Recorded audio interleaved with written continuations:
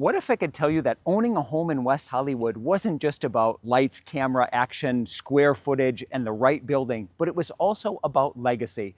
Well, we're going to talk today about historical preservation zones.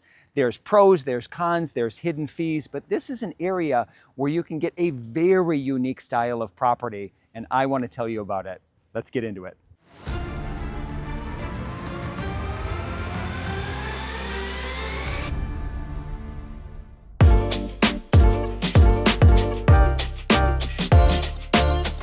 So what exactly is a historical preservation zone? Well, in short, here in West Hollywood, it is a collection of neighborhoods that looks to preserve the cultural, structural, and architectural identity of the neighborhood. Think Spanish Revival, colonial, craftsman, from the era of the 1920s to the 1950s. And there's a lot to love in these areas. But one of the keys is, in owning, there are rules. And we're going to talk about them and all of the pros and cons as we go along. First of all, it's the aesthetic. You're not looking at a sea of sterile, cookie-cutter new builds. These are homes with arches, tile roofs, original windows, and hand-carved doors. You walk through the neighborhood and it feels intentional.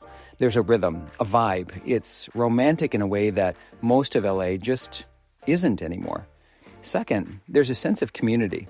A lot of these zones are walkable. People know each other and the neighborhoods feel cohesive. It's not just about your home, it's about being part of a preserved, curated environment. And third, property values stability. Because of the preservation rules, there's limited development. That means less teardown risk, less overbuilding, and more protection for your long-term investment. There's scarcity here, and in real estate, scarcity usually means value. But with all that, charm comes some important limitations, and this is where most buyers get tripped up.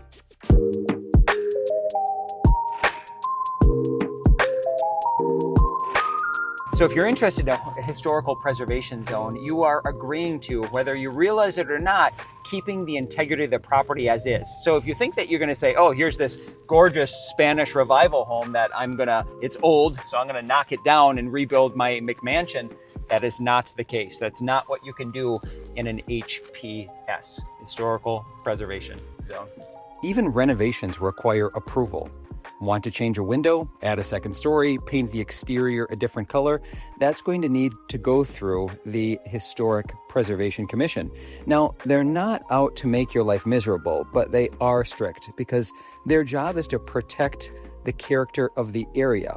So if you love the idea of customizing every inch of your property, this might feel a bit frustrating. But if you value authenticity, tradition, heritage, it might be exactly what you're looking for. One thing I always get asked is it more expensive to buy in a historic zone? Well, it's a really great question. The short answer is sometimes. Because these homes are older and have more character. They often sell at a slight premium compared to similar sized homes outside the zone. But you also tend to get a higher return on your investment long term because the neighborhood stays consistent and there's lower risk of massive construction next door that tanks your value. There are also tax benefits. And this is where you can enter the Mills Act. This is a California state program that can offer substantial property tax reductions. We're talking thousands of dollars a year in exchange for you agreeing to maintain the home's historic features. It's like a financial thank you for keeping the vibe alive. Not every home qualifies, and the application process does take some time, but it's a powerful incentive if you're planning to live in the home for a while and care about preserving it.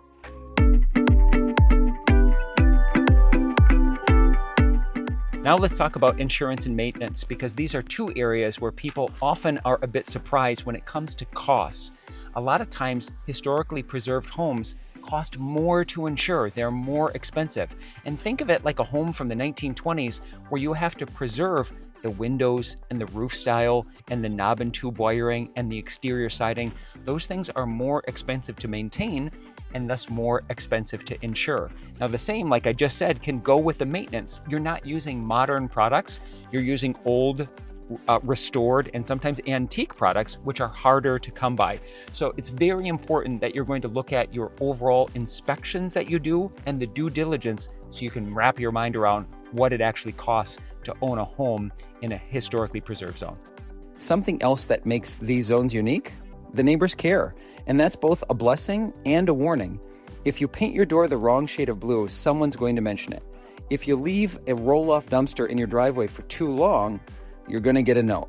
The HOA energy is real, and even without an official HOA. But it also means the area is well cared for. Pride of ownership is high. And if you're someone who loves that sense of order and preservation, you'll feel right at home. And if you're more of a do my own thing kind of person, well, maybe think twice. So, is buying in a historic preservation zone right for you? Here's the checklist I give all my clients. 1. You value history, charm, and original character. 2. You're okay with a little bit of red tape if it means preserving beauty. 3. You're not looking to build an ultramodern addition or a full teardown. 4. You want a neighborhood with a long-term stability and consistent value. And 5. You like the idea of being part of something bigger than just a house, a community, a legacy, even a moment in time. If you're nodding along, this might be exactly the move you've been waiting for. Okay, so here's the deal. If you're thinking about buying in West Hollywood's historical preservation zones, it might feel like a hidden layer, but it's not if you know how to navigate one of the city's best kept secrets. We talked before about the pros and cons, but this is an opportunity to own a little bit of living history.